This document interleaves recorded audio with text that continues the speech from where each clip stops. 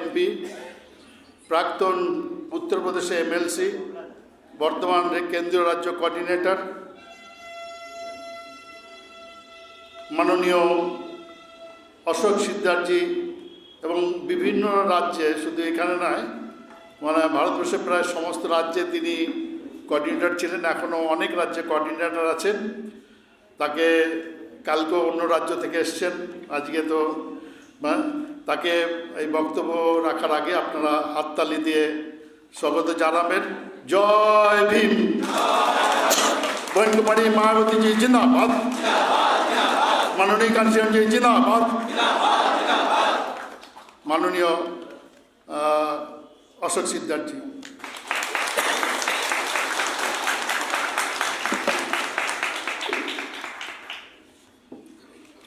धन्यवाद। सम्मानित साथियों,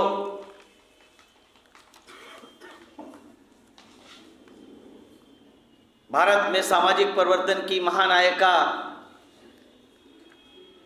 आबादी के हिसाब से इस देश के सबसे बड़े सूबे उत्तर प्रदेश की लोकप्रिय, न्यायप्रिय, जनप्रिय मुख्यमंत्री रहीं, संसद की शेरनी आयरन लेडी परम आदरणीय बहन कुमारी मायावती जी के 68वें जन्म दिवस के अवसर पर बड़ी संख्या में आप लोग यहाँ पर एकत्रित हुए हैं। मैं आप सबको अपने हृदय की गहराइयों से आदरणीय बहन जी के जन्मदिन की बहुत बहुत शुभकामनाएं देता हूँ, बहुत बहुत शुभकामनाएं देता हूँ।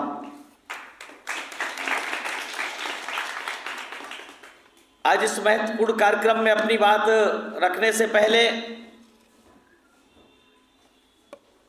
मैं बहुजन समाज में जन्मे संतों, गुरुओं, महापुरुषों में विशेष रूप से भारत में सामाजिक क्रांति के पितामह, शिक्षा की ज्योत जलाने वाले महात्मा ज्योतिबा फुले, बहुजनों के आदर्श और भारत में आरक्षण के जनक कुंभी राजा राजऋषि छत्रपति साहू जी महाराज,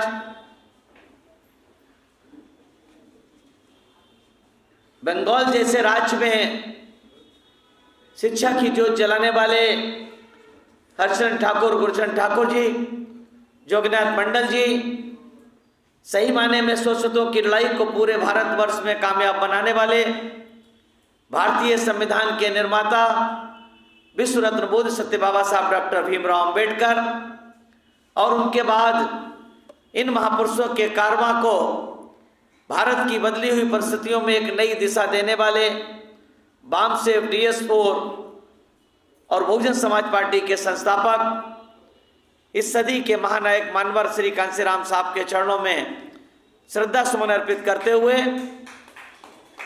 मैं बहुजन समाज पार्टी की राष्ट्रीय अध्यक्ष, आबादी के हिसाब से इस देश के सबसे बड़े सूबे उत्तर प्रदेश की 4 बार लोकप्रिय, न्यायप्रिय, जनप्रिय मुख्यमंत्री रहीं, संसद की शेरनी आयरन लेडी परम आदरणीय बहन कुमारी मायावती जी को अपना आदर्श और प्रेरणा स्रोत मानते हुए उन्हें अपने हृदय की गहराइयों से कोटि कोटि आभार व्यक्त करता हूं कि उन्होंने मुझ जैसे एक साधारण से कार्यकर्ता को न सिर्फ उत्तर प्रदेश के उच्च सदन में भेजने का काम किया, बल्कि देश के सर्वोच्च सदन राज्यसभा में बोलने और बैठने का अवसर प्रदान किया। आज इस कार्यक्रम में हमारे साथ मंचासीन बड़े लंबे समय से वेस्ट बंगाल के प्रेसिडेंट रहे भाई मनोज हवलदार जी, श्रीमती पूर्णिता राय जी, श्री ज्योतिर्मय राय जी, प्रणव हल्दर जी, अचिंतो विश्वास जी, शुभो सिकदर जी, सुकुमार बालाजी, तुषार क्रांति विश्वास जी, हरदास राय जी, कुमुद विश्वास जी, ओम प्रकाश प्रजापति जी, संजीव कीर्तन्या जी, और बड़ी संख्या में यहाँ पर हमारी बहनें आई हुई हैं, बेटियाँ आई हुई हैं, साथी आए हुए, सभी का मैं अपने हृदय की गहराइयों से हार्दिक स्वागत, अभिनंदन और वंदन करता हूँ। और आप लोगों से क्षमा चाहता हूँ कि मैं आप लोगों के बीच में देर से हुआ। मैं पूरी रात यात्रा करके आप लोगों के बीच में पहुँचा हूँ। मनोज जी कल हमारे साथ दिल्ली में थे। कल 3 o'clock से हम लोग जर्नी कर रहे हैं। कल 24 आवर में बाई एयर आप लोगों के बीच में आ पाए हैं। 24 आवर में बाई एयर, पूरी रात हैदराबाद एयरपोर्ट पे हमको ऐसे ही जागना पड़ा, क्योंकि फ्लाइट डाइवर्ट हो गई थी, कुछ टेक्निकली कुछ डिफॉल्ट था, इस वजह से हम आप लोगों के बीच में पहुंचे हैं। फिर भी आप लोग इतनी बड़ी संख्या में आप उपस्थित, मैं आप सबका हृदय से हार्दिक स्वागत, अभिनंदन और वंदन करता हूं। साथियों, आज हम लोग यहाँ पर भारत में सामाजिक परिवर्तन की महानायिका और बहुजन समाज पार्टी की राष्ट्रीय अध्यक्ष आदरणीय बहन जी के जन्मदिन, जो मानवर श्री कांसीराम साहब ने अपने जीते जी बहन जी के जन्मदिन को आर्थिक सहयोग दिवस के साथ साथ जन कल्याणकारी दिवस के रूप में मनाने का फैसला किया था।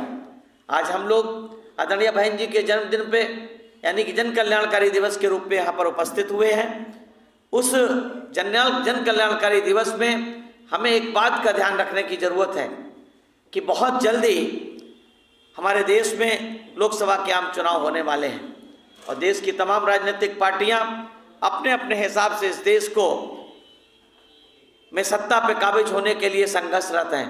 लेकिन हमें इस बात को देखना पड़ेगा कि हमारी नेता, हमारी आदरणीय, हमारी प्रेरणा स्रोत आदरणीय बहन जी ने अपने जीते जी इन महापुरुषों के आंदोलन को फुले, साहू, अंबेडकर, जोगीनाथ मंडल जी, हरिचंद्र ठाकुर, गुरुचंद ठाकुर जी, नारायण गुरु, महात्मा अंकाली जैसे महापुरुषों के इस आंदोलन को, बाबा साहब के इस संघर्ष को गति देने का काम अगर किसी ने किया था तो बहुजन समाज पार्टी के जन्मदाता और संस्थापक मानवर श्री कांसीराम साहब ने किया था।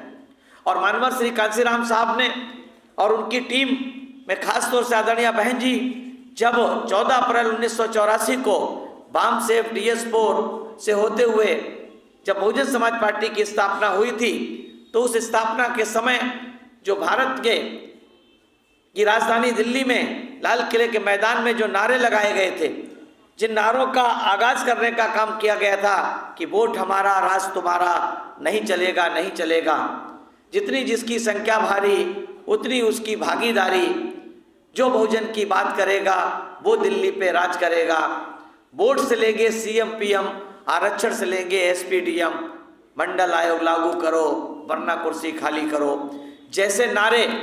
ये नारे इसलिए क्योंकि नारे कोई सिर्फ शब्द नहीं होते हैं, नारे शब्द नहीं होते हैं, बल्कि नारे एक तरह से उस लक्ष्य को प्राप्ति के लिए बढ़ाया हुआ पहला कदम होता है। किसी भी लक्ष्य को प्राप्त करने का पहला कदम किसी भी पार्टी के द्वारा, किसी भी संगठन के द्वारा गढ़े गए नारे होते हैं और इन नारों को हकीकत में तब्दील करने का संकल्प लेने का काम, क्योंकि जब 14 अप्रैल 1984 को ये नारे जब लाल किले के मैदान में खुले आसमान में ये गूंजे थे तो कोई नहीं सोचता था कि ये नारे हकीकत में तब्दील होंगे। लेकिन मानवर श्री कांसीराम साहब, उनकी टीम आदरणीय बहन जी ने रात दिन संघर्ष करके आदरणीय बहन जी और मानवर साहब ने इन नारों को हकीकत में तब्दील करने का काम किया। उन्होंने लोगों को बताया कि वोट हमारा, राज तुम्हारा नहीं चलेगा।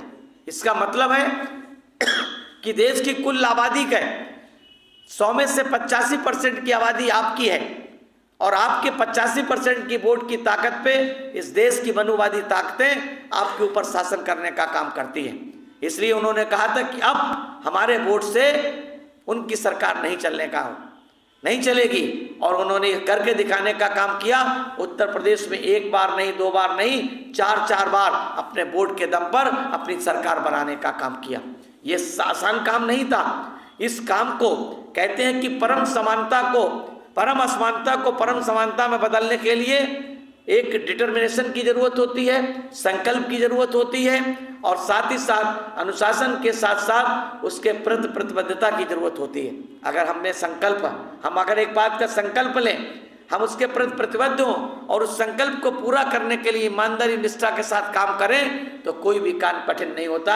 ये मानवर श्री कांसीराम साहब ने, आदरणीय बहन कुमारी मायावती जी ने हमको एक दिशा निर्देश देकर के करने का दिखाया। जैसे उदाहरण के तौर पे 14 अप्रैल 1984 को पार्टी बनी। आदरणीय बहन जी ने मानवर कांसीराम साहब के बताए रास्ते पे चल करके बामसेफ से DS4 से होते हुए BSP में पूरी ताकत के साथ काम किया और जब पहले आम चुनाव श्रीमती इंदिरा गांधी की हत्या के बाद हुए तो बहुजन समाज पार्टी मात्र 8-9 महीने की पार्टी थी। मानवर श्री कांसीराम साहब ने आदरणीय बहन जी को उत्तर प्रदेश की मुजफ्फरनगर जिले की कैराना लोकसभा से चुनाव लड़ने का आह्वान किया। उनसे कहा कि जाओ आप वहाँ तैयारी करो जाकर के। सरकार पार्टी बनने के साथ ही साथ मानवर साहब ने आदरणीय बहन जी की परीक्षा लेना शुरू कर दी, उनके बारे में समझना शुरू कर दिया, क्योंकि उन्होंने जब वो एक सरकारी नौकरी करती थी और एलएलबी की छात्रा थी, उसी समय आपको पता है कॉन्स्टिट्यूशन क्लब में एक घटना हुई जिसमें जनता पार्टी की सरकार के तत्कालीन स्वास्थ्य मंत्री ने कई बार हरिजन शब्द इस्तेमाल करने का काम किया था, और उस हरिजन शब्द को इस्तेमाल करने के कारण बहन जी ने उनके मुर्दाबाद के नारे लगा करके उनको बताने का काम किया। एक तरफ तो ये मीटिंग इस देश में जातवाद को खत्म करने की बात है, दूसरी तरफ हरिजन संबोधित करके ये दिखाना क्या चाहते हैं, तो पूरी मीटिंग में लोगों ने स्वास्थ्य मंत्री के मुर्दाबाद के नारे लगाने का काम किया था। और जब ये बात मानवर कांसीराम साहब को उनके सहयोगियों ने, उनके साथियों ने बताया कि साहब एक लड़की है जो यहीं की, उसने स्वास्थ्य मंत्री की केंद्रीय स्वास्थ्य मंत्री की बोलती बंद कर दी, तो मानवर साहब ने उनके घर जाकर मिलने का फैसला किया। मानवर साहब रात को 8 बजे के करीब आदरणीय बहन जी के पिताजी श्री प्रभुदास जी के पास गए और मिलने के लिए गए। जब उनको देखा तो लोगों ने कहा कि अरे कांसीराम साहब आए हैं। तो जब कांसीराम साहब अंदर गए तो उन्होंने देखा कि बहन जी टेबल पे किताबें लगा करके पढ़ रही थी, किताबें रखी थी। तो मानवर साहब ने उनसे पूछा कि आप क्या करना चाहती हैं? तो उन्होंने कहा कि मैं आईएएस बनना चाहती हूँ, मैं आईएएस बनना चाहती हूँ। उन्होंने कहा आईएएस क्यों बनना चाहती हो?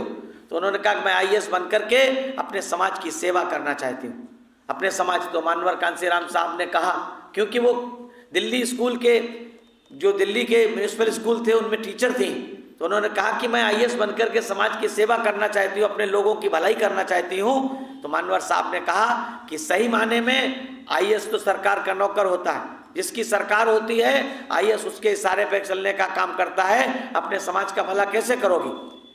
तो मानवर कांसीराम साहब ने उनसे कहा कि मैं ये चाहता हूँ कि तुम एक अकेले आईएएस मत बनो, बल्कि मैं तुम्हें वह इतना बड़ा नेता बनाना चाहता हूँ कि आपके पास कई आईएएस फाइल लेकर के आपके आदेश का इंतजार करते रहें।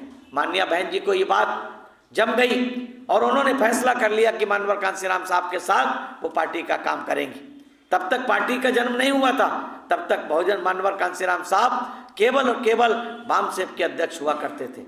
बामसेप एक सरकारी कर्मचारी अधिकारियों के एक संगठन था, जो संगठन का मतलब था BAMCEF is an organisation by the employees of the employees by the employees but not for the employees.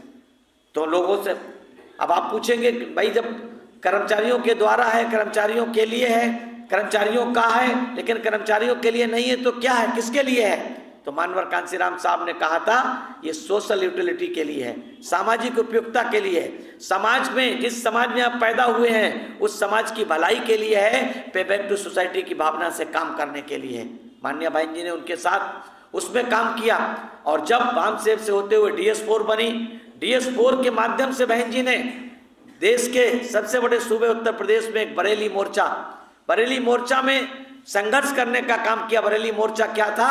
Bareilly मोर्चा के माध्यम से जो शराब की दुकानें थी, शराब की दुकानें जो ऐसे मधुशाला होते हैं ना, शराब की दुकानें दलित बस्तियों में होती थी, तो मानवर कांसीराम साहब बहन जी ने नारा लगाया कि मनुवादियों की बस्ती में स्कूल और दवाखाने और दलितों की बस्तियों में शराब खाने। इसलिए उनका विरोध करने का काम किया, दारू भट्टू आंदोलन चलाने का काम किया, वो सफल हुआ।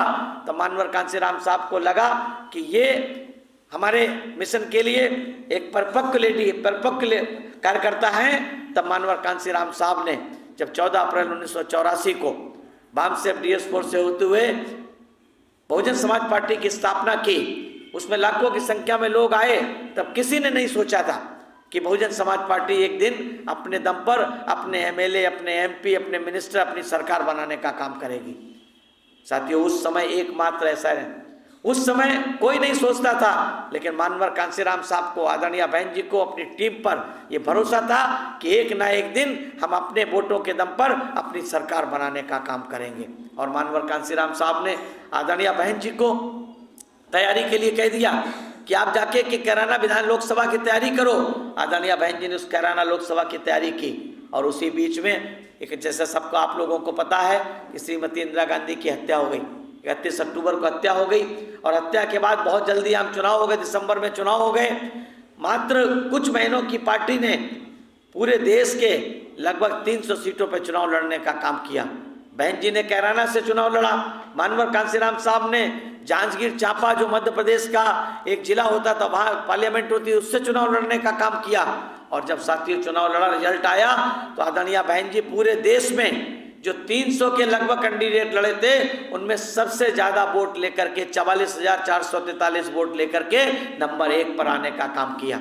तब मानवर कांसीराम साहब को लगा कि मेरी कार्यकर्ता, मेरी ये शिष्या सही माने में इस मूवमेंट के लिए हकदार है, और उन्होंने समय समय पर माननीय बहन जी के परीक्षा लेने का काम किया।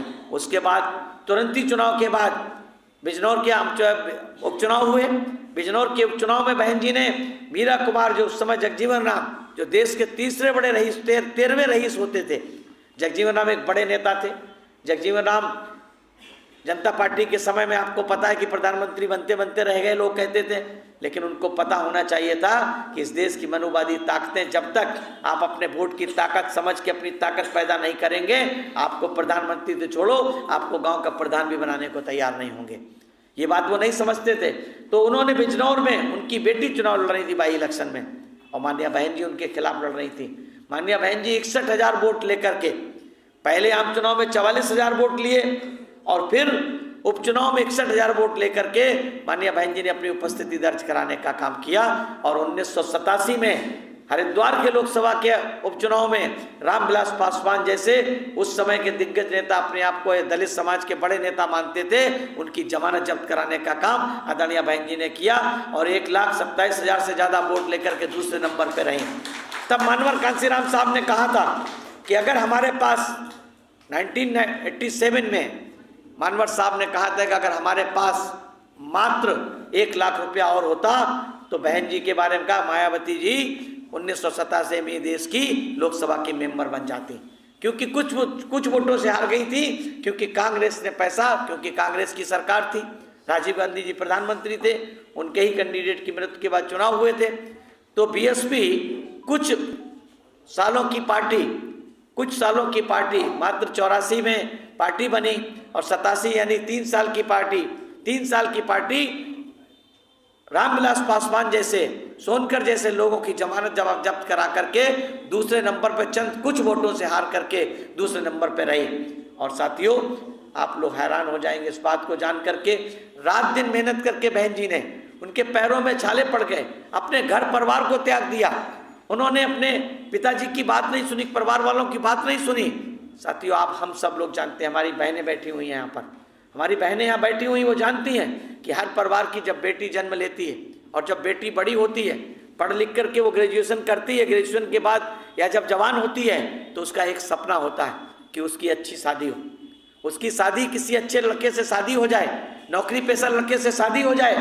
लेकिन साथियों, हर बेटी का ये सपना होता है, हर बहन का ये सपना होता है कि वो जब जवान हो तो उसकी एक अच्छे लड़के से शादी हो, नौकरी पेशा से शादी हो, उसके बच्चे हो, उसका परिवार हो, उसका घर हो, गाड़ी हो, घोड़ा मकान हो।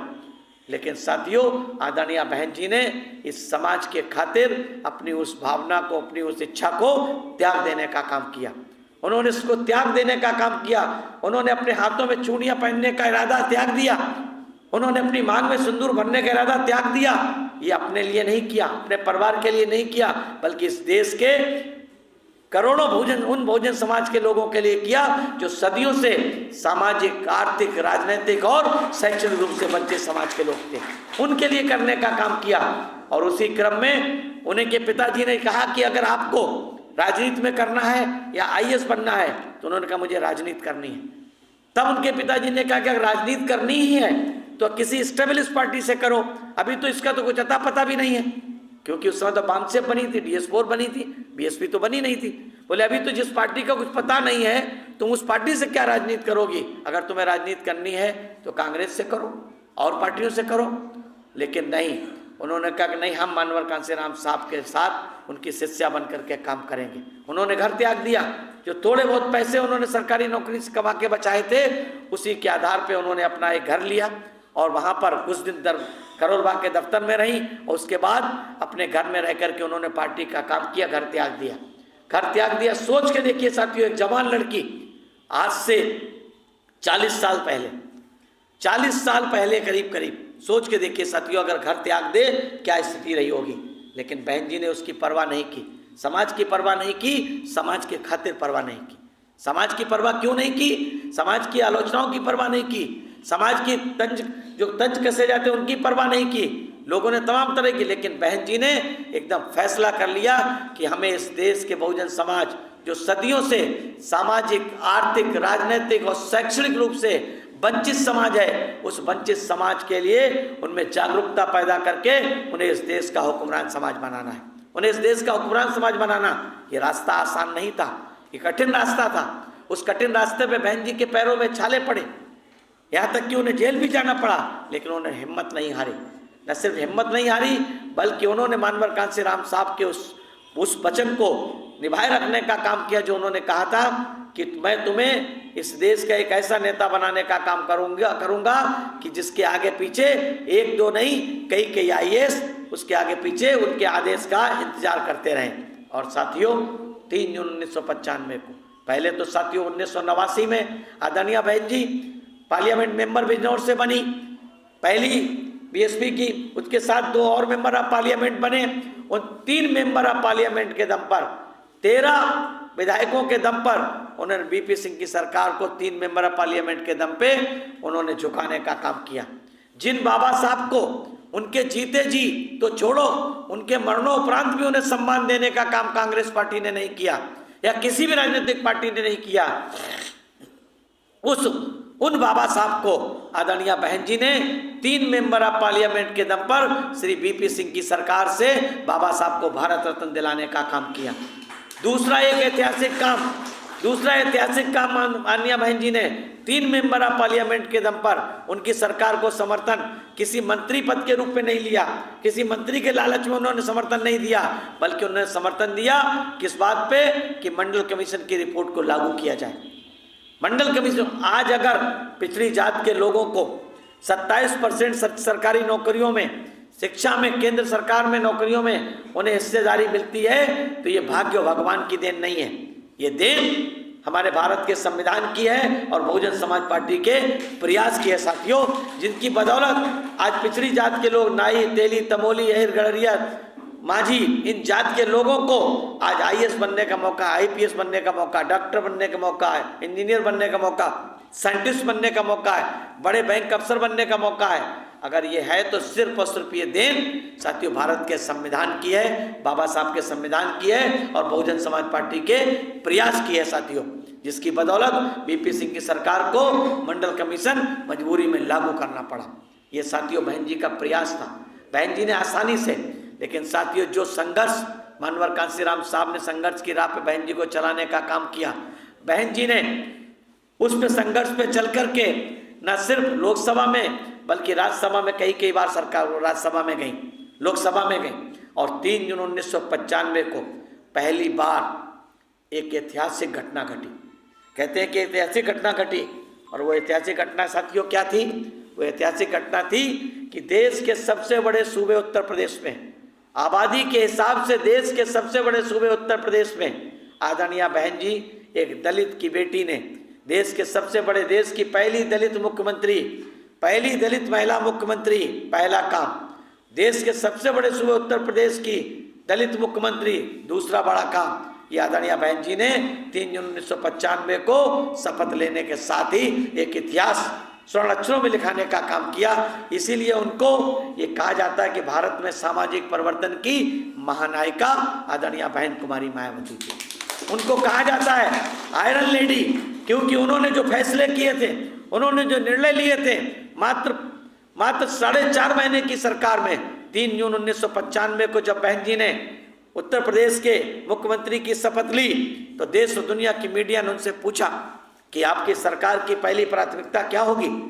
तो आदरणीय बहन जी ने बहुत ही सदे हुए लहजे में, बहुत ही जिम्मेदारी के साथ और पूरे विश्वास के साथ ये जवाब देने का काम किया कि मेरी सरकार की पहली प्राथमिकता होगी मेरे प्रदेश उत्तर प्रदेश में रहने वाले सभी जाति वर्ग मजहब के लोगों की जान माल और सुरक्षा की गारंटी मेरी सरकार की पहली प्राथमिकता होगी।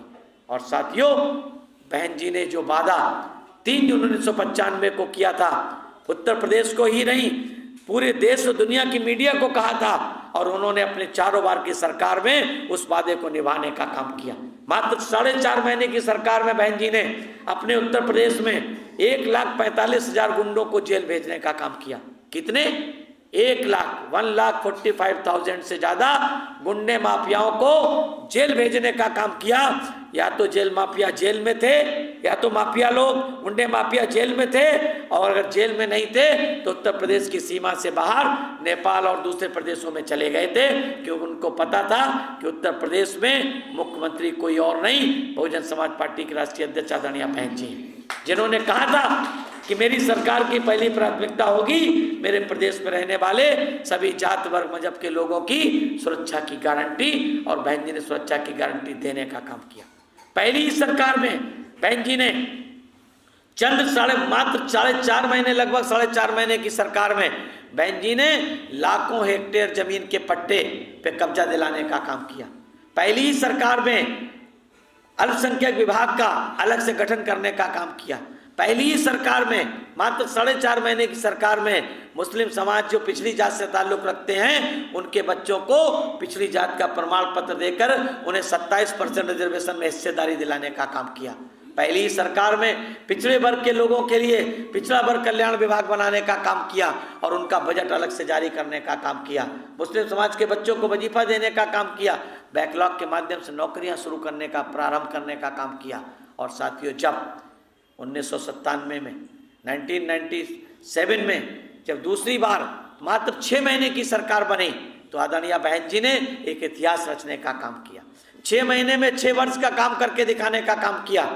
लाखों हेक्टेयर जमीन पे नए पट्टे देने का काम किया, लाखों लोगों को नौकरी देने का काम किया, लाखों लोगों को वजीफा, लाखों बच्चों को वजीफा की किस्त बढ़ाने का काम किया। और सबसे बड़ी बार, पहली बार बैकलॉग के माध्यम से SC ST और OBC के लोगों को सरकारी नौकरी देने का काम 1997 में आदरणीय बहन जी ने करने का काम किया। ये साथियों होता है इच्छा शक्ति। तो जो नारे 14 अप्रैल 1984 को लगाए गए थे कि वोट से लेंगे CM PM, आरक्षण से लेंगे SP DM, वो बहन जी ने 1995 में करके दिखाने का काम किया। वो करके दिखाने का काम किया। मानवर कांशीराम साहब ने जो कहा था उसको जमीन पे लागू करने का काम किया। उन्होंने कहा था कि अब भोजन की बारी है, 21वीं सदी हमारी है, तो 21वीं सदी आने से पहले पहले तक देश के सबसे बड़े सूबे उत्तर प्रदेश में अपनी सरकार बनाने का काम आदरणीय बहन जी के नेतृत्व में मानवर साहब ने किया था। माननीय बहन जी ने मानवर साहब को कहीं पे भी उन्हें निराश करने का काम नहीं किया। मानवर साहब ने जब 97 में सरकार बनी तो उन्होंने कहा कि भारतीय जनता पार्टी पे ज़्यादा भरोसा नहीं है, ये कभी भी धोखा दे सकते हैं, इसलिए आपको 6 महीने में 6 वर्ष का काम करके दिखाना है। इसलिए उन्होंने 6 महीने में 6 वर्ष का काम करके दिखाने का काम किया। और इतना ही नहीं, उन्होंने जब 2002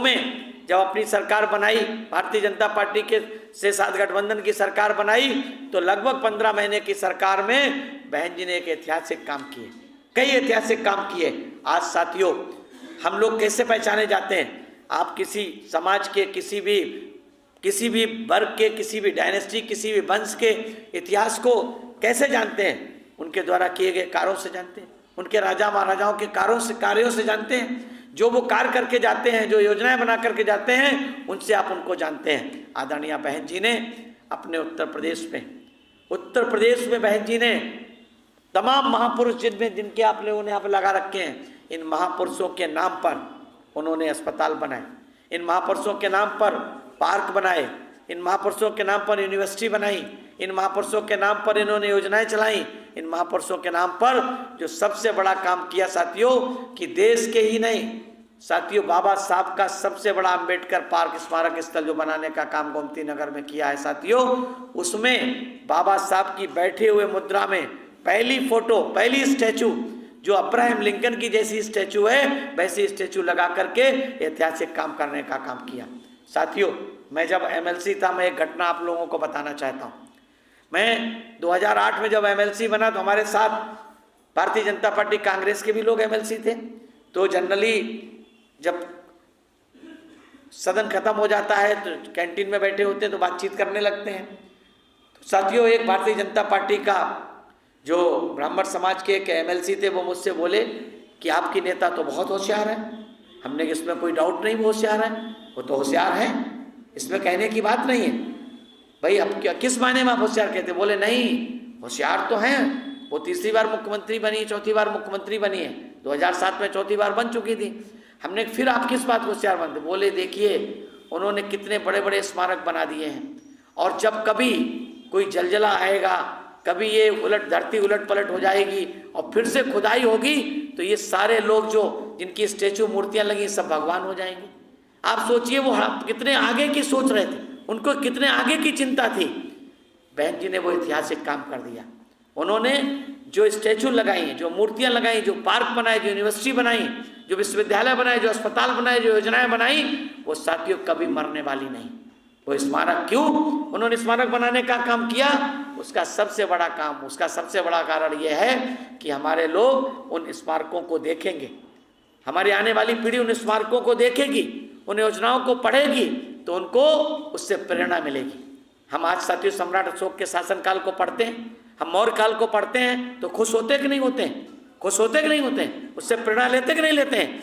ऐसे आने वाली पीढ़ियां जब उन स्मारकों को देखेंगी, बहन जी के द्वारा बनाई गई योजनाओं को समझेंगी और जानेंगी, बाबा साहब के ऊपर, बाबा साहब के नाम पर, तथागत बुद्ध के नाम पर जो यूनिवर्सिटी बनाई गई है, उन यूनिवर्सिटी में पढ़ने वाले बच्चे सोचेंगे और पूछेंगे भाई यूनिवर्सिटी किसने बनाई थी, तो साथियों उससे उन्हें प्रेरणा मिलेगी। क्योंकि साथियों जो व्यक्ति इतिहास को नहीं जानता है वो इतिहास का भागीदार नहीं हो सकता है।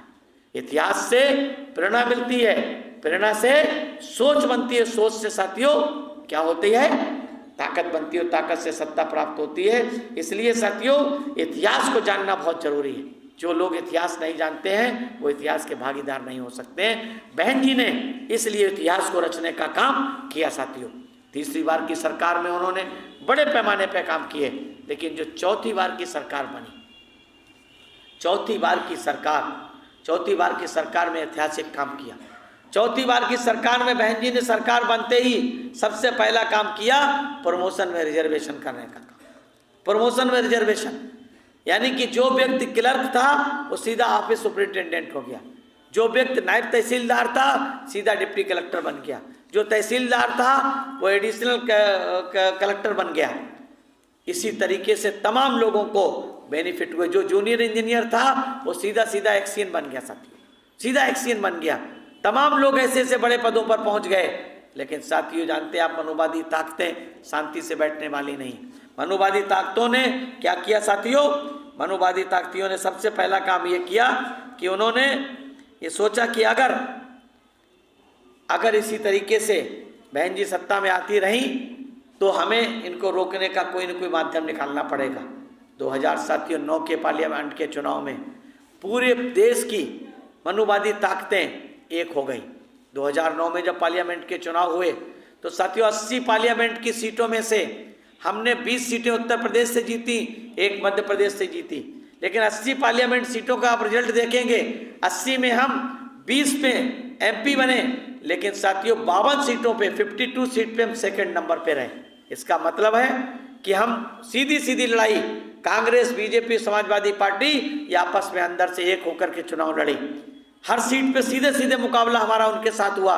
यानी कि 20 और 72 सीटों में आउट ऑफ 80 72 सीट पे हमारी सीधी फाइट बीजेपी के साथ, कहीं कांग्रेस के साथ, तो कहीं समाजवादी पार्टी के साथ हुई। क्यों? कि उन्होंने देखा कि जब उन्होंने देश के सबसे बड़े सूबे उत्तर प्रदेश में अभी तक के इतिहास का सबसे अच्छा शासन चलाने का काम किया। कैसे शासन सबसे अच्छा चलाने का काम किया? कि जो सबसे विवादित मसला था राम जन्मभूमि बाबरी मस्जिद का, उसका फैसला उत्तर प्रदेश में 2010 में आया था। 2010 में फैसला आया।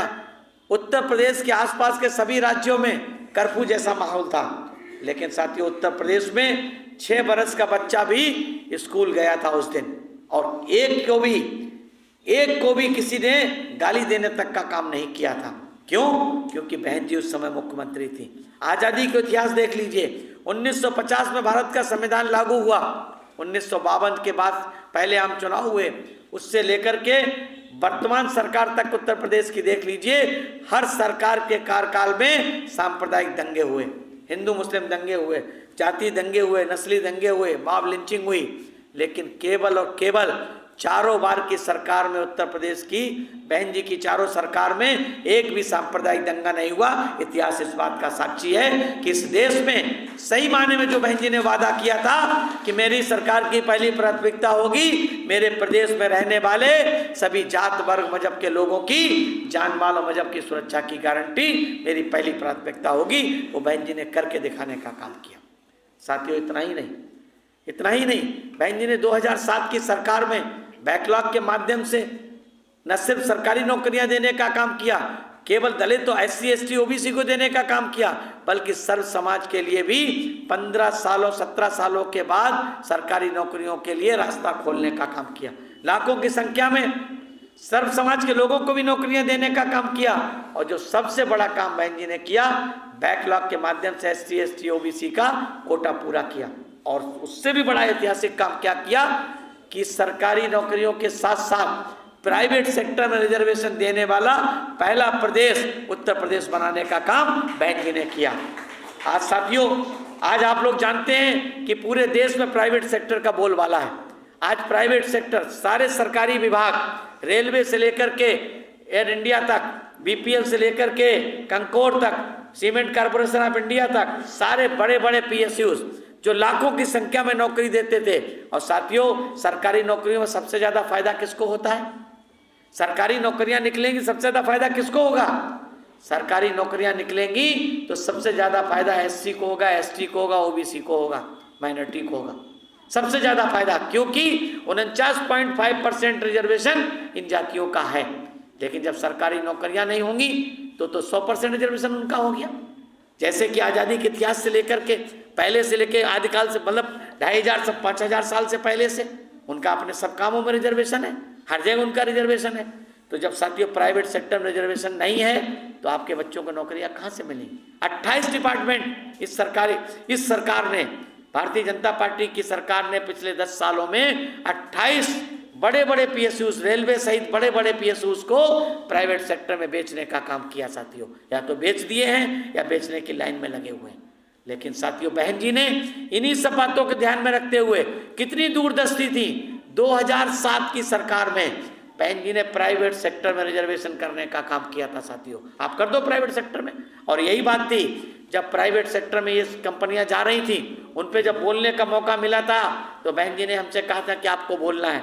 और जब मैंने बोला वहाँ तो मैंने उनसे पूछा, हमारी नेता की, हमारी पार्टी की इस बात में कोई गुरेज नहीं कि आप सब सारी PSUs को बेच दो, लेकिन सारी चीज़ों को प्राइवेट सेक्टर में देने से पहले इस लोकसभा में, इस राज्यसभा में, इस पार्लियामेंट में बिल लेकर के आओ कि प्राइवेट सेक्टर में उत्तर प्रदेश की तरह, जैसे उत्तर प्रदेश में बहन जी ने 30% प्राइवेट सेक्टर में रिजर्वेशन देने का काम किया, आप उन प्राइवेट सेक्टर में रिजर्वेशन देने का बिल लाने का काम करें। तो देश का पहला प्रदेश बहन जी ने प्राइवेट सेक्टर में रिजर्वेशन देने वाला उत्तर प्रदेश बनाने का काम किया। और तो और बाबा साहब ने 1942 में ग्रीवेंसेस ऑफ शेड्यूल कास्ट में एक डिमांड की थी कि जो गवर्नमेंट कॉन्ट्रैक्ट हैं, CPWD में जो ठेकेदार हैं, कॉन्ट्रैक्टर हैं, उनमें SC ST का कोई भी नहीं था, एकमात्र SC का था 1100 कुछ में, 1117 कॉन्ट्रैक्टर में। तब बाबा साहब ने गवर्नर जनरल से मांग की थी कि SC ST के लोगों को भी उन्हें सरकारी कॉन्ट्रैक्ट में रिजर्वेशन मिलना चाहिए। साथियों, किसी सरकार ने नहीं सुनी। लेकिन जब 7 से 12 में बहन जी की पूर्ण बहुमत की सरकार बनी तो उत्तर प्रदेश में बहन जी ने सरकारी नौकरियों के साथ साथ प्राइवेट सेक्टर में नौकरी दी, और तो और 25 लाख तक के गवर्नमेंट कॉन्ट्रैक्ट में, सरकारी ठेकों में रिजर्वेशन देने का काम किया। साथियों, रिजर्वेशन देश का पहला ऐसा प्रदेश है जहां सरकारी ठेकों में, आपके बंगाल में सरकारी ठेके में रिजर्वेशन मिलता है, आपके बंगाल में मिलता है, आपके बंगाल में प्राइवेट सेक्टर में रिजर्वेशन मिलता है, आपको गवर्नमेंट कॉन्ट्रैक्ट में रिजर्वेशन नहीं मिलता है, प्राइवेट सेक्टर में रिजर्वेशन नहीं मिलता है। फिर किस बात की आपके बेल विसर है? किस बात की ममता दीदी आपकी वेल विशर है? अगर साथियों वेल विशर होती तो वो प्राइवेट सेक्टर में आपको रिजर्वेशन देती। अगर वो वेल विशर होती तो सरकारी कॉन्ट्रैक्ट में भी SC ST को OBC को रिजर्वेशन देने का काम करती। अगर वो सही माने में हितैषी होती तो जैसे उत्तर प्रदेश में बहन जी ने गरीब की बेटी को पैदा होते ही लखपति बनाने का काम किया था, ममता दीदी भी आपके बंगाल में लखपति बनाने का काम, गरीब के घर में बेटी पैदा होते ही लखपति बनाने का काम ममता दीदी भी करती। ये साथियों कौन कर सकता है? ये सिर्फ और सिर्फ अगर कोई कर सकता है तो बहुजन समाज पार्टी उसकी नेता आदरणीय बहन जी कर सकती है। इसलिए साथियों, इसलिए इतिहास इस बात का साक्षी है कि बहुत लोगों ने तमाम तरीके की बातें की। आपने देखा बहुजन समाज पार्टी एक साइंटिफिक पार्टी है, एक बिल्कुल वैज्ञानिक के आधार पर चलने वाली पार्टी है। मानवर कांसीराम साहब ने बहुजन समाज पार्टी बनाने से पहले बामसेप बनाई, जिससे पे बैक टू सोसाइटी की भावना से गैर राजनीतिक जड़ों को मजबूत किया। उन्होंने DS4 बनाई ताकि समाज में एक लड़ाकू संगठन तैयार हो जाए। फिर DS4 के बाद उन्होंने बहुजन समाज पार्टी बनाई और बहुजन समाज पार्टी का लक्ष्य रखा क्या? भीम मार्ग पे चलने का। वो भीम मार्ग क्या है कि हमारी एक पार्टी हो, हमारा एक नेता हो, हमारी एक विचारधारा हो, एक लक्ष्य हो। आज साथियों हमारे पास देश की तीसरी बड़ी पार्टी बहुजन समाज पार्टी हमारी एक पार्टी है। आज हमारे पास एक नेता के रूप में दुनिया की 8 शक्तिशाली महिलाओं में गिनी जाने वाली उत्तर प्रदेश देश के सबसे बड़े सूबे की 4 बार मुख्यमंत्री रही आदरणीय बहन जी एकमात्र हमारी राष्ट्रीय नेता हैं। और तो और साथियों एक विचारधारा हमारे पास साथियों, आज देश हमारा भारत देश वैसे तो बहुविविधताभाषी देश है, तमाम धर्म संप्रदायों को मानने वाले लोग रहते हैं, सभी जात वर्ग मजहब के लोग रहते हैं, लेकिन साथियों सबके अपने अपने धर्म ग्रंथ हैं। लेकिन हर भारतवासी का एक धर्म ग्रंथ है, हमारे बाबा साहब के द्वारा बनाया संविधान। वो संविधान साथियों हर भारतवासी का धर्म ग्रंथ है और बहुजन समाज पार्टी की विचारधारा भारत के संविधान में लिखा हुआ एक एक शब्द को हकीकत में लागू करना बहुजन समाज पार्टी की विचारधारा है। और एक लक्ष्य के रूप में बहुजन समाज पार्टी का एक लक्ष्य है। लक्ष्य के रूप में क्या है? बहुजन समाज पार्टी का लक्ष्य है इस देश के जो 85 से 90% बहुजन समाज हैं, जिनको सदियों से सामाजिक रूप से, आर्थिक रूप से, शैक्षणिक रूप से, सांस्कृतिक रूप से, राजनीतिक रूप से वंचित रखा गया है, उस समाज में जागरूकता पैदा करके उन्हें इस देश का हुक्मरान समाज बनाना, इस देश को सम्राट अशोक के सपनों का भारत बनाना बहुजन समाज पार्टी का एकमात्र लक्ष्य साथी है। जब ऐसा लक्ष्य वाली पार्टी हमारे पास है, ऐसे लक्ष्य को पाने वाली नेता हमारे पास है जो देश के सबसे बड़े सूबे उत्तर प्रदेश की हैं, तो साथियों हमें कहीं और क्या जाने की जरूरत है। साथियों जहाँ तक आप लोगों के बात बीच बीच में चर्चा आती है कि भाई गठबंधन होगा कि नहीं होगा, उत्तराधिकारी पे चर्चा आती है, तो मैं आपको बता देना चाहता हूँ आदरणीय बहन जी ने कोई भी काम अपने महापुरुषों के बताए रास्ते के बिना नहीं करने का काम किया। हम सब लोग जानते हैं बाबा साहब डॉक्टर भीमराव अम्बेडकर को पूरा जीवन हमारे हक अधिकारों को दिलाने के लिए संघर्ष करते बीत गए। हम सब लोग जानते हैं बाबा साहब पूरे जीवन भर हमारे आपके और हमारी आने वाली पीढ़ी के लिए हक अधिकार दिलाने के लिए संघर्ष करते रहे। कितनी मुश्किलों के बाद साथियों, कितने संघर्ष के बाद कहाँ उन्होंने संघर्ष नहीं किया। साउथ पूर्व कमीशन में संघर्ष किया, साइमन कमीशन में संघर्ष किया, लुथियन कमीशन में संघर्ष किया, राउंड टेबल कॉन्फ्रेंस में संघर्ष किया। और जब इन सब के बाद अपनी बुद्धिमत्ता के बाद जब कम्युनल अवार्ड लेकर के आ गए, डबल वोट का राइट ले आए, सेपरेट इलेक्टोरेट ले आए, तो गांधी से संघर्ष करना पड़ा। और उस संघर्ष के बाद जब उन्हें कॉन्स्टिट्यूएंट असेंबली में चुनने का मौका मिला तो साथियों ने मुंबई से हराने का काम किया। तो इसी बंगाल की धरती के लोगों ने बाबा साहब को संविधान सभा में भेजने का काम किया। साथियों आप वो लोग साथी हैं, आप वो लोग हैं। आज अगर ये भारत का संविधान साथियों जिसमें हमें बराबर का अधिकार में मिला हुआ है, तो इस संविधान को अगर बाबा साहब को बनाने का अधिकार मिला है तो इसमें सबसे बड़ा योगदान अगर किसी का है तो बंगाल वासियों का साथियों है, हमारे बंगाल के लोगों का है। इन लोगों की बदौलत बाबा साहब को भारत की संविधान सभा में जाने का मौका मिला था। लेकिन साथियों कांग्रेस ने तो तब भी बाबा साहब को संविधान सभा से बाहर करने का पूरा प्रयास किया। जिस क्षेत्र से बाबा साहब चुनकर के आए थे और जोगीनाथ मंडल जी जहां से चुनकर के आए थे, उस क्षेत्र को उन्होंने पाकिस्तान में दे दिया। लेकिन साथियों बाबा साहब ने हिम्मत हारने का काम नहीं किया। ब्रिटिश हुक्मरानों से जाकर अपनी बात रखी और मजबूरी में उन्हें फिर बाद में कॉन्स्टिट्यूंट असेंबली के लिए साथियों मुंबई से चुन करके भेजने का काम किया और बाद में कॉन्स्टिट्यूंट असेंबली के साथियों चुन के जाने के बाद ड्राफ्टिंग कमेटी के चेयरमैन बने। अगर ड्राफ्टिंग कमेटी के चेयरमैन बाबा साहब नहीं होते, आप कल्पना करके देखिए, अगर बाबा साहब कॉन्स्टिट्यूंट असेंबली में ड्राफ्टिंग कमेटी के चेयरमैन नहीं होते तो क्या मैं आपके बीच में, मनोज जी आपके बीच में टाई बांध के बैठे होते? आप लोग इस शानदार से हाल में बैठ के अपनी बात रख रहे होते? आप लोग अपनी विचारधारा रख सकते थे? अगर बाबा साहब ने संविधान में हमें बराबर का अधिकार नहीं दिया होता, बाबा साहब ने हमें भारत के संविधान में बराबर के वोट का अधिकार नहीं दिया होता, एक व्यक्ति एक वोट के एक मूल्य का अधिकार नहीं दिया होता, तो साथियों हम आपके बीच में एक राज्यसभा सदस्य की हैसियत से नहीं बोल रहे होते, बल्कि साथियों कोई फटा पैजामा पहन के किसी गुमनाम चौराहे पे जूता सिलने का काम कर रहे होते। ये देन साथियों हमारे संविधान की है, ये देन आदरणीय बहन जी मानवर कांसीराम साहब की, आदरणीय बहन जी की है कि आपके बीच में एक चमार का बेटा आपके राज्यसभा की हैसियत से आपके बीच में अपनी बात रख रहा है, आपको बहुजन समाज के संघर्ष के बारे में बताने का काम कर रहा है। साथियों आप लोग तो उस वीर धरती के लोग हैं जहां पर इतिहास बदलने का काम किया गया, इतिहास लिखने का काम किया गया। क्यों नहीं आप अपनी पार्टी के साथ जुड़ रहे हैं? आपके पास बड़ी संख्या में बहुजन समाज के लोग यहाँ पर हैं, सिर्फ आप उनमें जागरूकता पैदा करने की जरूरत है। अगर उनमें हम जागरूकता पैदा करके उन्हें ये बताने में कामयाब हो जाएं कि हम अपने वोट को बाबा साहब की उस चाहत को लागू करने का काम करेंगे। जब बाबा साहब ने भारत का संविधान बनाया था और संविधान में वोट का अधिकार दिया था तो उन्होंने खुश होकर के कहा था कि जिस दिन हमारे लोग इस वोट की ताकत को समझेंगे वो इस देश के हुक्मरान समाज बनेंगे। उन्होंने कहा था जिस दिन हमारे लोग अपने वोट की रक्षा अपनी बहन बेटी की इज्जत आबरू की तरह करेंगे, जिस तरह से हम अपनी बहन बेटी की इज्जत आबरू को लुटने और बिकने नहीं दे सकते हैं, वैसे ही हम अपने वोट को लुटने और बिकने से रोक लेंगे। उस दिन आप लोग बंगाल में अपनी सरकार बनाने का काम करेंगे। साथियों उस दिन अपनी सरकार बनाने का काम करेंगे। इसलिए साथियों आज चुनाव हमारे लिए एक महत्वपूर्ण दिन होता है। चुनाव हमारे लिए महत्वपूर्ण दिन होता है। उसमें हम एक ऐसा फैसला कर सकते हैं कि न सिर्फ अपने लिए बल्कि अपनी आने वाली पीढ़ी के भविष्य का फैसला कर सकते हैं। हम अपने वोट के अधिकार के तौर पे जो बाबा साहब ने मांगने वाले समाज की जगह हमें देने वाला समाज बनाने का काम किया है, उस वोट की ताकत को माननीय बहन जी ने, मानवर साहब ने उत्तर प्रदेश में सही साबित करके दिखाया। साथियों बाबा साहब ने कहा था जिस दिन हमारे लोग वोट को समझ जाएंगे, उस वोट को मानवर साहब ने समझने का काम किया।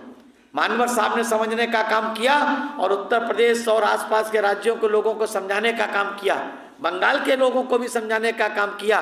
इसलिए तो साथियों हमारे बीएसपी को वोट पड़ता है। मानवर साहब कहा करते थे, बहन जी कहती हैं कि बीएसपी को वोट देने का मतलब बीएसपी के प्रत्याशी को जिताना हराना नहीं, बल्कि बीएसपी को वोट देने का मतलब हमें बाबा साहब को अपने मसीहा को सही साबित करना है, जिन्होंने कहा था कि आज नहीं तो कल हमारे लोग वोट की ताकत को समझेंगे और वो इस देश के हुक्मरान समाज बनेंगे।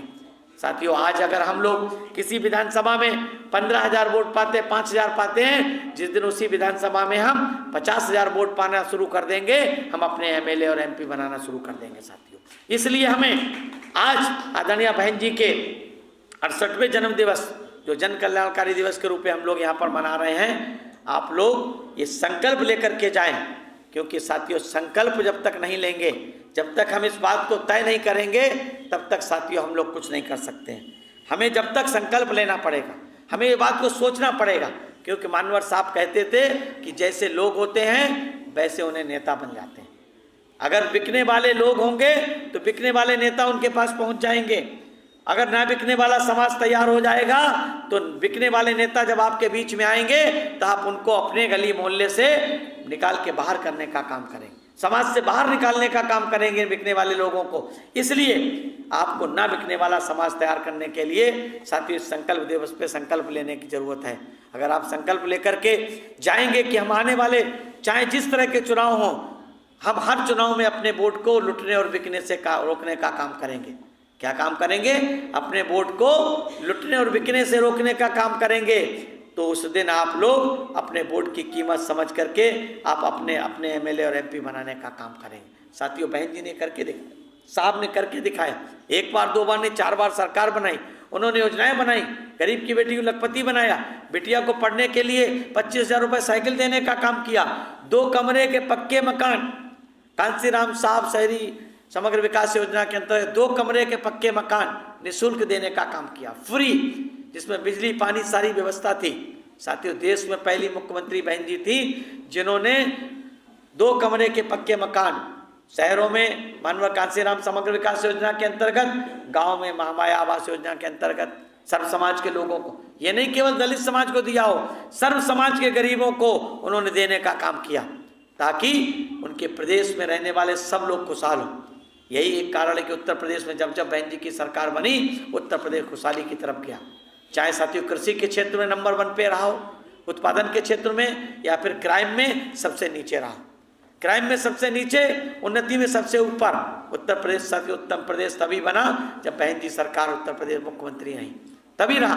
उन्होंने न सिर्फ पढ़ाई लिखाई के काम में, उन्होंने आवास के क्षेत्र में, उन्होंने जमीन के क्षेत्र में, पट्टे के क्षेत्र में, उन्होंने सरकारी नौकरियों के क्षेत्र में, उन्होंने लॉ एंड ऑर्डर के क्षेत्र में सभी काम ऐतिहासिक करने का काम किया। इसलिए साथियों, अगर आप लोग अपने प्रदेश के, अपने लोगों की भलाई चाहते हैं, अपने आने वाली पीढ़ी को मान सम्मान स्वाभिमान से जीने का अधिकार देना चाहते हैं, तो साथियों आपको अपने वोट को लुटने और बिकने से बचाना पड़ेगा। और अपनी पार्टी बहुजन समाज पार्टी, जो इन फुले साहू अम्बेडकर इन महापुरुषों की विचारधारा पर चलने वाली पार्टी है, इन संतों गुरुओं महापुरुषों के बताए रास्ते पर चलने वाली एकमात्र पार्टी है, बहुजन समाज पार्टी को जिताने का काम करेंगे। साथियों, आप लोग अच्छी तरीके से जानते हैं, बहुत अच्छी तरीके से जानते हैं कि बहुजन समाज पार्टी एक गरीबों की पार्टी, गरीबों के कर्ताओं के दम पे चलती है। इसीलिए बहन जी ने मानवर साहब के बताए रास्ते पर चली, मानवर साहब बाबा साहब के बताए रास्ते पर चले। बाबा साहब ने अपने जीते जी लोगों को क्या किया? एजुकेट करने का काम किया, लोगों के लिए योजनाएं बनाने का काम किया, लोगों को संविधान देने का काम किया। और इस चक्कर में हमारी भलाई के लिए बाबा साहब हमारे बीच में अपने उत्तराधिकारी को घोषित नहीं कर पाए, अपने उत्तराधिकारी को नहीं दे पाए, और उसका परिणाम निकला कि 6 दिसंबर 1956 को उनके परिनिर्वाण के बाद इस देश का बहुजन समाज लीडरलेस हो गया। क्या हो गया? लीडरलेस हो गया, नेतृत्वहीन हो गया। और यही कारण था कि बाबा साहब के परिनिर्वाण के 15 वर्षों के अंदर जो बाबा साहब के परिकल्पना की पार्टी आरपीआई थी, वो कांग्रेस के पास साथियों नतमस्तक हो गई। 1971 में नतमस्तक हो गई। तब मानवर कांसीराम साहब जैसा एक सितारा साथियों उदय हुआ, और उस सितारे ने बाबा साहब के सपनों को साकार करने के लिए संघर्ष किया। और संघर्ष करके जो बाबा साहब के जन्मभूमि कर्मभूमि में जो इस महान मानवतावादी आंदोलन का पौधा सूख गया था, उसको उन्होंने अपनी टीम के साथ, माननीय बहन जी के साथ मिलकर के पूरे देश में सींचने का काम किया।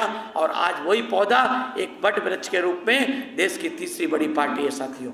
और इसीलिए मानवर कांसीराम साहब ने अपने जीते जी बाबा साहब से सबक लेकर के, बाबा साहब के उस समय अभाव के कारण जो उनका उत्तराधिकारी ना होने की वजह से मूवमेंट रुक गया था, वो मूवमेंट ना रुके, वो मूवमेंट चलता रहे। इसलिए मानवर कांसीराम साहब ने बहन जी को सभी पैमाने पे जब उन्होंने साबित कर लिया कि नहीं ये हमारी सच्ची उत्तराधिकारी बन सकती है, उन्होंने बहुत लोगों को मौका दिया, लेकिन कोई उनके इरादों पे खरा नहीं उतरा, उनके बताए रास्ते पे पूरी तरह सफल नहीं हुआ। केवल और केवल बहन जी सफल हुई। तब मानवर कांसीराम साहब ने 2001 में आदरणीय बहन जी को अपना एकमात्र उत्तराधिकारी घोषित करने का काम मानवर साहब ने लखनऊ में किया। माननीय बहन जी ने भी ठीक मानवर साहब और बाबा साहब से प्रेरणा लेकर के अपने जीते जी उन्होंने बहुत लोगों को मौका दिया। हमारे जैसे लोगों को राज्यसभा बनाया, राम जी गौतम जैसे लोगों को, राजा राम जैसे लोगों, आपके बीच में राजा राम आए, यहाँ काम करके गए, उनको 2-2 बार राज्यसभा बनाया, एमएलसी बनाने का काम किया। ऐसे बहुत से लोगों को राज्यसभा बनाने का काम किया। और ये सोचा कि हमारे परिवार के बाहर का कोई व्यक्ति तैयार हो जाए इस मूवमेंट को आगे ले जाने के लिए हमारे बाद, लेकिन साथियों कोई सफल नहीं हुआ। तब मजबूरी में बहुजन समाज पार्टी के वरिष्ठ साथियों के रिक्वेस्ट करने के बाद, उनके निवेदन करने के बाद बहन जी ने अपना उत्तराधिकारी श्री आकाश आनंद जी को, अपने छोटे भाई के बेटे आकाश आनंद जी को अपना उत्तराधिकारी घोषित करने का काम किया, ताकि ये मूवमेंट उनके बाद भी, उनके जीते जी के साथ साथ ये मूवमेंट भी चिरस्थायी रहे। चिरस्थायी इसलिए रहे क्योंकि साथियों बाबा साहब ने हमने लोगों ने सबक देखने का काम किया। इसलिए साथियों मैं आप लोगों को बताना चाहता हूँ कि आप लोगों के बीच में गुमराह करने के लिए लोग आएंगे, वो बताएंगे कि परिवारवादी पार्टी ये भी हो गई। अरे परिवारवादी पार्टी तो कांग्रेस है, परिवारवादी पार्टी तो भारतीय जनता पार्टी, परिवारवादी पार्टी तो लालू यादव की पार्टी है, परिवारवादी पार्टी तो मुलायम सिंह यादव की पार्टी है, परिवारवादी पार्टी तो करुणानिधि की पार्टी है, परिवारवादी पार्टी तो तृणमूल भी है अगर ऐसे देखे तो। लेकिन सही मायने में साथियों बहन जी ने तो सबको मौका देने के बाद अपने भतीजे को मौका दिया है। और वो भी ये कहा है कि वो कोई भी पद लेंगे काम नहीं करेंगे, केवल संघर्ष के समय काम करने का काम करें। जब 8 MP बनाने का मौका था बहन जी के पास, तब उन्होंने अशोक सिद्धार्थ को बनाया, राजा राम को बनाया, वीर सिंह जाटव को बनाया, तमाम ऐसे लोगों को बनाने का काम किया। मुनकाद अली को बनाया, नौशाद अली को बनाया, किसी चौहान को बनाया, SC को बनाया, OBC को बनाया, ब्राह्मण को बनाया, ठाकुर को बनाया, बैकवर्ड को बनाया। लेकिन जब संघर्ष की बारी आई तो उन्होंने अपने परिवार के बेटे को आगे करने का काम किया। आकाश आनंद जी को संघर्ष के समय उन्होंने आगे करने का काम किया।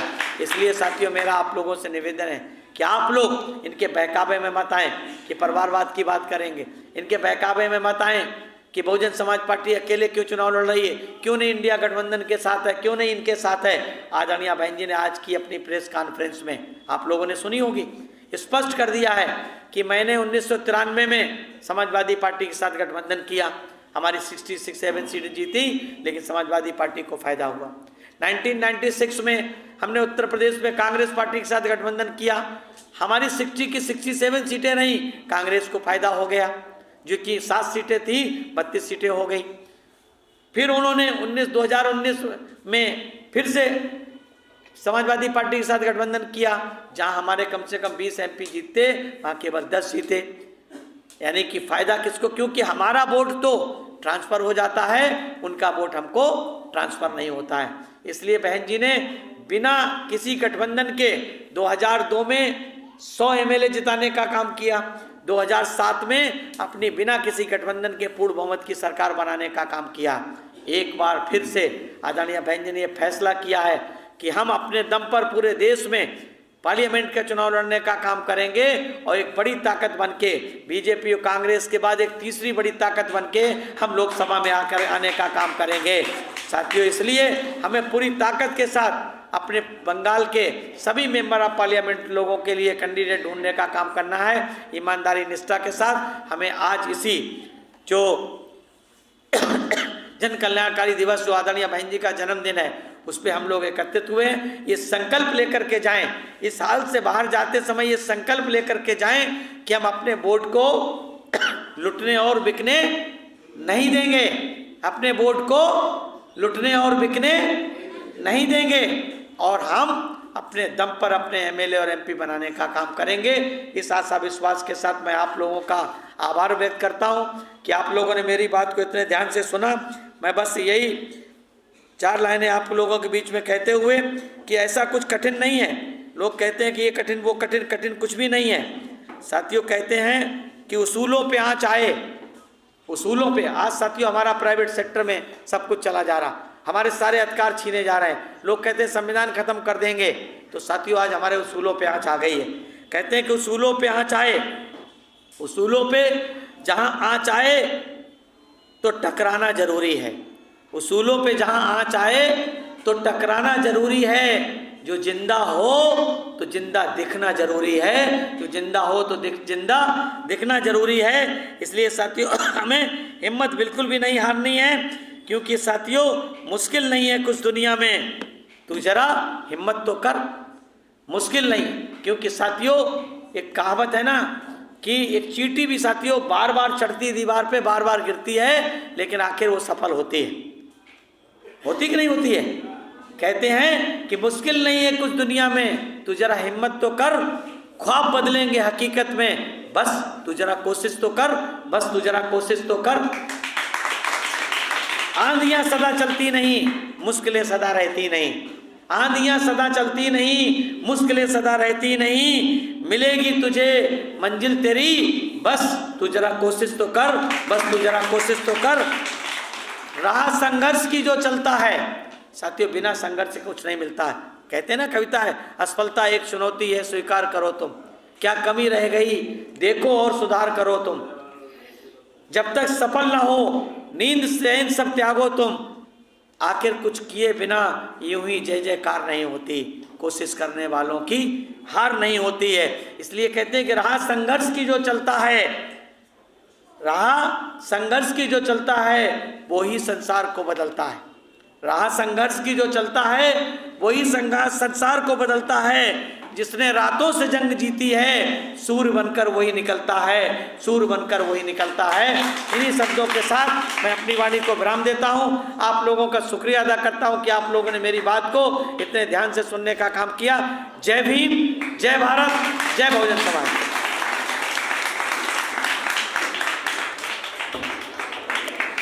जय भीम, जय भीम, जय भारत। बहुजन समाज पार्टी जिंदाबाद, जिंदाबाद जिंदाबाद, बहुजन समाज पार्टी जिंदाबाद, जिंदाबाद जिंदाबाद, कुमारी मायावती जी जिंदाबाद, जिंदाबाद जिंदाबाद, कुमारी मायावती जी जिंदाबाद, जिंदाबाद वोट जिंदाबाद। हमारा राज तुम्हारा, नहीं चलेगा, नहीं चलेगा, वोट हमारा राज तुम्हारा, नहीं चलेगा, नहीं चलेगा।